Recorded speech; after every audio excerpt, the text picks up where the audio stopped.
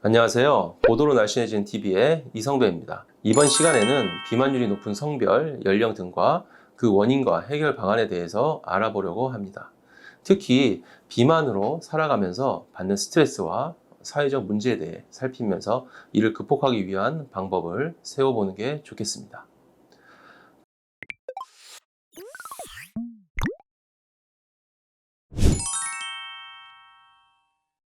이미 많은 분들이 알고 계시겠지만 여성의 경우 남성보다 근육량이 적고 체지방이 붙기 쉬워 비만의 성비는 남성보다 여성이 더 많습니다. 실제 여성분들인 경우 체중이 증가하는 과정 중에 다이어트를 하거나 저와 같은 전문의를 찾아 다이어트 약을 처방받는 등의 노력을 하며 실제 고도비만, 당뇨 수술을 받는 경우 여성분들이 70% 이상을 차지하고 있습니다. 하지만 최근에 30, 40대 남성에게도 고도비만율이 급격히 증가하고 있어서 남성이라고 해서 방심해서는 안 됩니다. 그러니 성별과 관련 없이 비만을 대처하는 게 중요하겠습니다.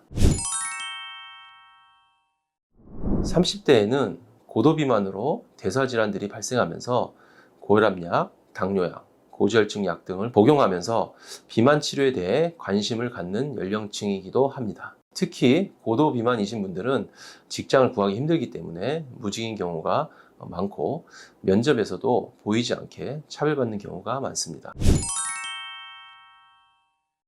자존감이 낮다면 사회성이 부족하다고 보기는 어려울 수 있습니다.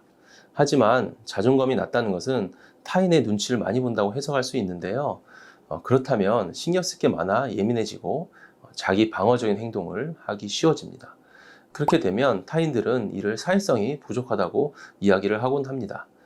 현재 자존감이 낮다면 근본적인 원인을 찾아 개선하는 것이 중요합니다. 가장 대표적인 방법으로는 다이어트가 있겠으며 이외에 잘하는 일을 하거나 스스로 잘하는 일이 뭔지 모르겠다면 다양한 일에 도전해 보는 것이 좋겠습니다.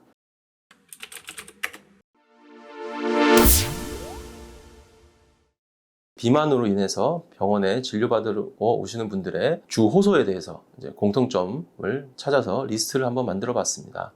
첫 번째는 과도한 체중 부하로 무릎과 허리가 아프다. 2번, 배분 후에 뒤처리가 힘들다. 3번, 발톱을 깎거나 양말을 신기가 힘들다. 4번, 다리를 꼬기 힘들다. 5번, 무호흡 증상으로 피로감이 해소되지 않고 불안감, 스트레스, 피로감이 있다. 우선 화면에 보이는 5가지 항목 중에 2가지 이상 해당이 된다면 체중 감량이 필요한 것을 넘어 일상생활에 어려움을 주는 경우라고 볼 수 있겠습니다. 그러니 2가지 이상 해당이 된다면 전문의와 상담 후에 체계적인 체중 감량 계획을 세워보시기 바랍니다. 저는 외과 전문의이며 대한비만대사외과학회 인증의로서 비만대사 수술을 수없이 집도해왔습니다. 때문에 고도비만 환자분들이 내원하실 때면 약물의 효과를 기대하기는 어려워 수술이 필요하다고 진단을 내린 경우가 많은데요.